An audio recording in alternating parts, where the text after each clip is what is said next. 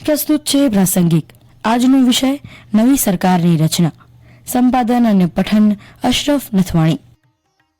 કેન્દ્રમાં નવી સરકારની રચના થવા જઈ રહી છે. રાષ્ટ્રીય લોકતાંત્રિક દળના નેતા નરેન્દ્ર મોદી નવી દિલ્હીના રાષ્ટ્રપતિ ભવન ખાતે આજે સાંજે 7:15 વાગે ત્રીજી વખત પ્રધાનમંત્રી પદ માટેના શપથ ગ્રહણ કરશે. રાષ્ટ્રપતિ દ્રૌપદી મુર્મુ નરેન્દ્ર મોદી અને તેમની સૂચિત કેબિનેટના સભ્યોને પદ અને ગુપ્તતાના શપથ લેવડાવશે. અત્રે ઉલ્લેખનીય છે કે શ્રી મોદી શુક્રવારે રાષ્ટ્રપતિને મળ્યા હતા અને નવી સરકાર બનાવવાનો દાવો કર્યો હતો. રાષ્ટ્રપતિ દ્રૌપદી મુર્મુએ એનડીએ સંસદીય દળના નેતા નરેન્દ્ર મોદીને નવી સરકાર રચવા આમંત્રણ આપ્યું હતું. દાવો રજૂ કર્યા બાદ રાષ્ટ્રપતિ ભવનની બહાર પત્રકારો સાથે વાતચીત કરતા પ્રધાનમંત્રી નરેન્દ્ર મોદીએ કહ્યું કે 18મી લોકસભા નવી ઉર્જા, યુવા ઉર્જાનું સદન છે. જનતાએ વધુ એક સેવાની તક આપી છે. તેમણે કહ્યું કે કોઈપણ કાર્ય કરવામાં કશી કસર છોડવામાં નહીં આવે. જે રીતે પહેલા સરકાર ચાલતી હતી તેવી જ રીતે આ સરકાર પણ ચાલશે.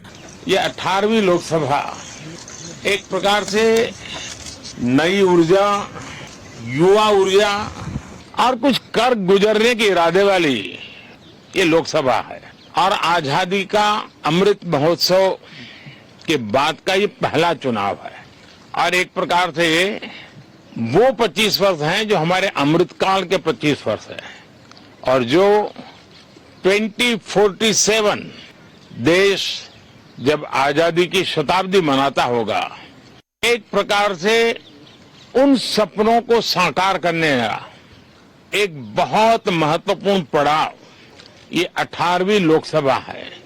साथियों, एनडीए सरकार को तीसरी बार देश की सेवा करने का देशवासियों ने आदेश दिया है, अवसर दिया है.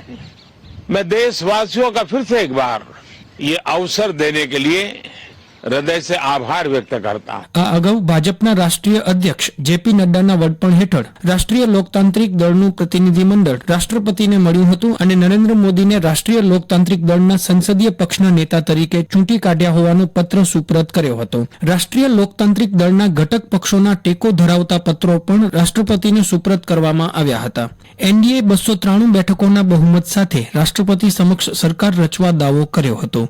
ચૂંટણીમાં ભાજપે 240 બેઠકો જીતી છે, જે સરકાર રચવા માટે જરૂરી 272ના જાદુઈ આંકથી ઓછી છે. ભાજપ એકલા હાથે સરકાર રચી શકે તેમ નથી, એટલે એનડીએના સહયોગી પક્ષોના ટેકે નવી સરકારની રચના થવા જઈ રહી છે.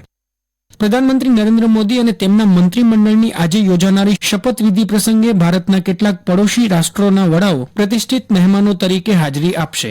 વિદેશ મંત્રાલયે જણાવ્યું છે કે નવી દિલ્હીમાં નવી સરકારના આ શપથ ગ્રહણ સમારોહમાં બાંગ્લાદેશના પ્રધાનમંત્રી શેખ હસીના, મોરિશિયસના પ્રધાનમંત્રી પ્રવિન્દ કુમાર જુગનાથ, શ્રીલંકાના રાષ્ટ્રપતિ રાનિલ વિક્રમસિંઘે, નેપાળના પ્રધાનમંત્રી પુષ્પકમલ દહલ પ્રચંડ, ભૂતાનના પ્રધાનમંત્રી શેરિંગ તોગબાય, સેશેલ્સના ઉપરાષ્ટ્રપતિ અહેમદ અફીક અને માલદીવના રાષ્ટ્રપતિ ડોક્ટર મોહમ્મદ મુઇઝુ ઉપસ્થિત રહેશે. મંત્રાલયે જણાવ્યું હતું કે આ નેતાઓ શપથવિધિ સમારોહ ઉપરાંત રાષ્ટ્રપતિ દ્રૌપદી મુર્મુ દ્વારા આજે સાંજે રાષ્ટ્રપતિ ભવન ખાતે આયોજિત ભોજન સમારોહમાં પણ હાજરી આપશે. શપથ ગ્રહણ સમારોહને ધ્યાનમાં રાખીને રાજધાનીમાં સલામતીનો અભૂતપૂર્વ બંદોબસ્ત કરવામાં આવ્યો છે. દિલ્હી પોલીસે રાષ્ટ્રીય રાજધાની દિલ્હીને 9 અને 10 જૂન માટે નો ફ્લાય ઝોન જાહેર કર્યો છે. રાષ્ટ્રપતિ ભવનની સલામતી માટે અર્ધસૈનિક દળોની 5 કંપની, રાષ્ટ્રીય સલામતી ગાર્ડના કમાન્ડો, ડ્રોન અને સ્નાઇપર તૈનાત કરવામાં આવ્યા છે. સલામતી અધિકારીઓના જણાવ્યા પ્રમાણે સમારોહમાં સાર્ક દેશોના સભ્યોના વડાઓ પણ ઉપસ્થિત રહેવાના હોવાથી રાજધાની હાઈ એલર્ટ પર રહેશે.